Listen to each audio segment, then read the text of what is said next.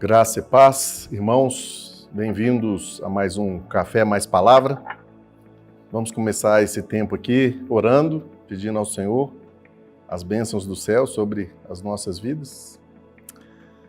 Pai, em nome de Jesus, eu agradeço ao Senhor por estar tendo essa oportunidade de compartilhar a Tua Palavra, de repartir com os irmãos, com os nossos ouvintes, aquilo que o Senhor mesmo já tem revelado da Tua Palavra. Então peço que seja o Teu Santo Espírito a nos conduzir aqui nesse tempo, em nome de Jesus. Amém. A Bíblia realmente é um livro maravilhoso, um livro que impressiona. Qualquer pessoa que se propõe a estudá-la vai ficar maravilhado com aquilo que Deus tem para falar conosco.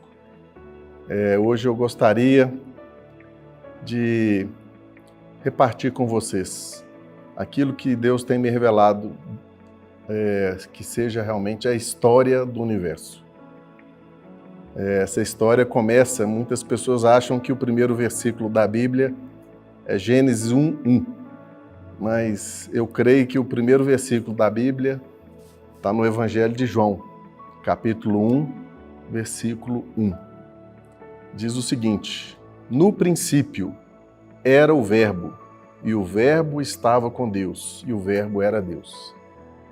Para a gente falar num tempo assim curto do que é a história do universo, eu creio que a gente tem que começar com esse versículo.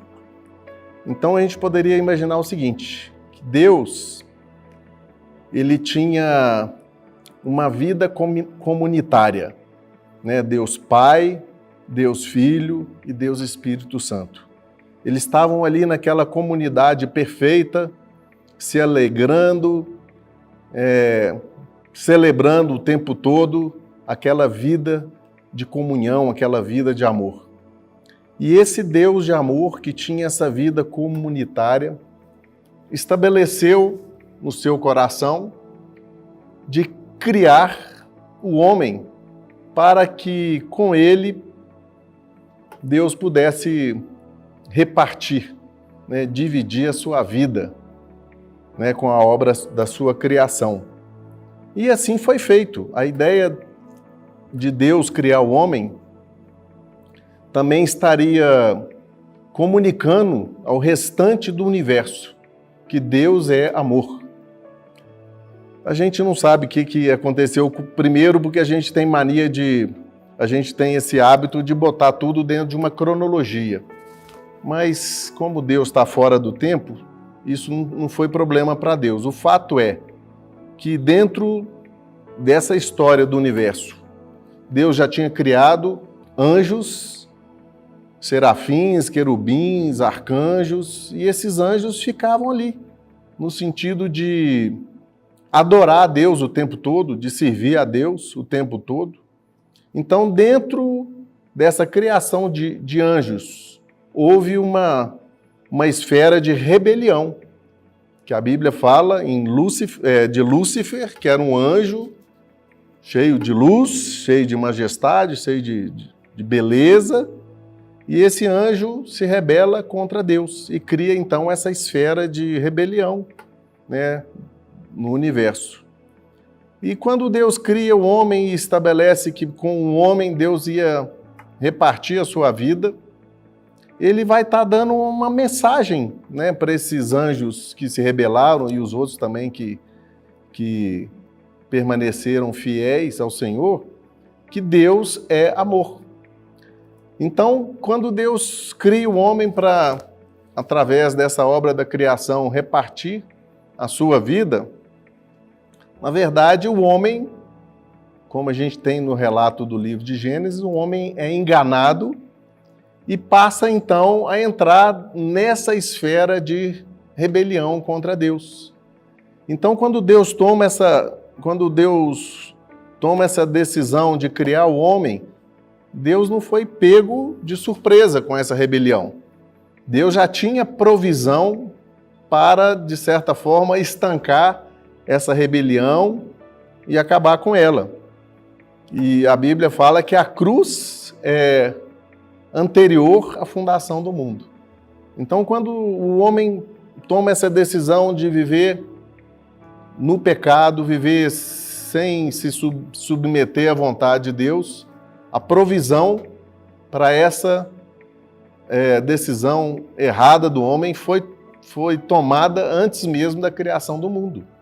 E essa provisão chamada cruz, né, que a gente encontra na cruz do Calvário, ela realmente mudou o rumo, né, da história da humanidade. Então, desde de Gênesis até Apocalipse, a gente tem uma história escrita dessa reconciliação de Deus com o homem. Em 2 aos Coríntios, capítulo 5, verso 19, diz o seguinte: a saber que Deus estava em Cristo reconciliando consigo o mundo, não imputando aos homens as suas transgressões, e nos confiou a palavra da reconciliação, de sorte que somos embaixadores em nome de Cristo, como se Deus exortasse por nosso intermédio em nome de Cristo, pois rogamos que vos reconcilieis com Deus. Então, ou seja, quando veio a plenitude dos tempos, Jesus, está lá em Gálatas também, fala que Jesus nasceu, né, na plenitude de Deus, na plenitude dos tempos, né? Deus enviou o seu Filho para que, através do seu Filho, o homem fosse reconciliado com Deus. Então, nós estamos aqui nesse tempo presente vivendo um parênteses entre uma eternidade passada e uma eternidade futura. Nós estamos, então, passando por esse período que a gente poderia falar que é um período conturbado, onde Deus está esperando que o homem se arrependa e se volte para Ele, para que a ordem que Deus estabeleceu desde o princípio volte, né, a ser como fora o propósito de Deus em todo o tempo. Quando a gente chega no livro de Apocalipse, lá no capítulo 21, a palavra diz o seguinte: vi novo céu, nova terra, pois o primeiro céu e a primeira terra passaram e o mar já não existe. Vi também a cidade santa, a nova Jerusalém, que descia do céu da parte de Deus, ataviada como noiva, adornada para seu esposo. Então ouvi grande voz vinda do trono, dizendo: eis o tabernáculo de Deus com os homens. Deus habitará com eles. Eles serão povos de Deus, e Deus mesmo estará com eles. Então a gente vê que a ordem volta dentro daquilo que era o propósito inicial de Deus. Ou seja, o mundo entra numa esfera de total submissão ao nosso Senhor. Não existe mais rebelião, as coisas estão da forma que foram, né, projetadas por Deus, não existe mais essa esfera de rebelião, né, dentro do reino de Deus, e tudo volta à sua normalidade. Então a gente vê que o plano de Deus é maravilhoso, a história que Deus escreveu, essa história de amor, é uma história realmente impressionante, que mesmo que aparentemente alguma coisa deu errada ali no Jardim do Éden, essa ordem de que esse plano, essa vontade de Deus de compartilhar a sua vida com a sua criação, ela chega a um fim, onde todos aqueles que são do Senhor vão poder desfrutar por toda uma eternidade futura. Essa presença de Deus, como a gente vê aqui nessa cidade chamada Nova Jerusalém, a gente vê que tudo volta a ter uma ordem, não existe, como fala aqui, não existe mais dor. Fala que Deus vai enxugar, né, dos olhos toda lágrima, a morte já não existirá, já não haverá luto, nem pranto, nem dor, porque as primeiras coisas passaram. Então isso tem que encher o nosso coração de alegria, na certeza que por mais que a gente esteja passando por dias atribulados, vai chegar um dia, que a Bíblia também chama de dia eterno, onde tudo que vai haver é Deus e os homens que se submeteram à palavra de Deus, dele um dia, né?